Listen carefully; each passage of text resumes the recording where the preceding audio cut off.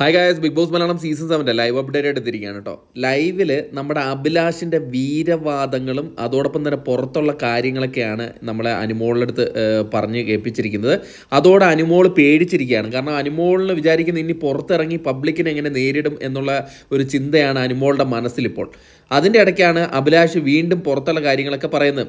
അതിൻ്റെ ഇടയ്ക്ക് അഭിലാഷിൻ്റെ വീരവാദങ്ങളും ഉണ്ട്. അതായത് അപ്പാനിശരത്ത് ഒരു വീഡിയോ എനിക്കെതിരെ ചെയ്തു, ഞാൻ തിരിച്ചൊരു 5 മിനിറ്റിൻ്റെ വീഡിയോ ചെയ്ത് അവനെ ഞാൻ കത്തിച്ച് കളഞ്ഞു എന്നൊക്കെ പറയുന്നുണ്ട്. അതായത് അപ്പാനിശരത്ത് പറഞ്ഞിട്ടുണ്ടായിരുന്നു അഭിലാഷൊന്നും ഇത്രയും ദിവസം ആ ബിഗ് ബോസ് ഹൗസിൽ നിൽക്കാൻ യാതൊരു യോഗ്യതയുമില്ലാത്ത ഒരു മത്സരാർത്ഥിയായിരുന്നു എന്ന്.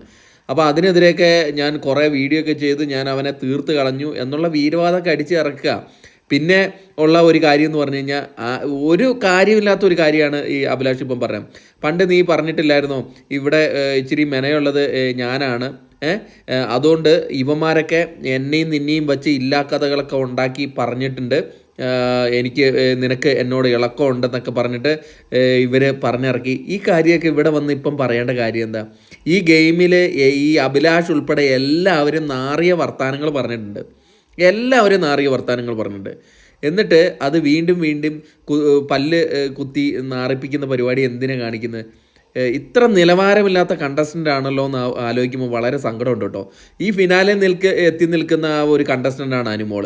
ഇവിടെ വന്നിട്ട് പുറത്തുള്ള കാര്യങ്ങളും PR-ൻ്റെ കാര്യങ്ങളൊക്കെ പറഞ്ഞ് അവരെ ഡൗൺ ആക്കുകയാണ് ചെയ്യുന്നത്. അവർ പേടിച്ചിരിക്കുകയാണ്. കാരണം നമ്മൾ വിചാരിക്കുന്ന പോലെയല്ല, അനുമോളൊക്കെ ഒരു സെലിബ്രിറ്റിയാണ്. അപ്പം അനുമോൾ വിചാരിക്കുന്നത് ഞാനിനി പുറത്തിറങ്ങിക്കഴിഞ്ഞാൽ എന്തായിരിക്കും അവസ്ഥ എന്നുള്ളൊരു ആകുലതയാണ്. അനുമോൾ പറയുന്നുണ്ട് ഞാനിനി പബ്ലിക്കിനെ ഫേസ് ചെയ്യുന്നില്ല, ഞാൻ വല്ല സർജറി എന്ന് പറഞ്ഞിട്ട് ഞാൻ ഇച്ചിരി നേരം മാറി നിൽക്കാൻ പോവുക, ഞാൻ വല്ല ട്രെയിനിൽ പോവുക എന്നൊക്കെയാണ് അനുമോൾ പറയുന്നത്.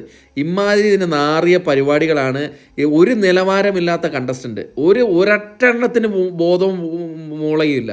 ഉള്ളി വന്നിട്ട് എന്തൊക്കെയാണ് പറയേണ്ടതെന്ന് പോലും അറിയില്ല. എന്തായാലും ഇതാണ് ഇപ്പോൾ ലൈവിൽ നടന്നത്. Thank you.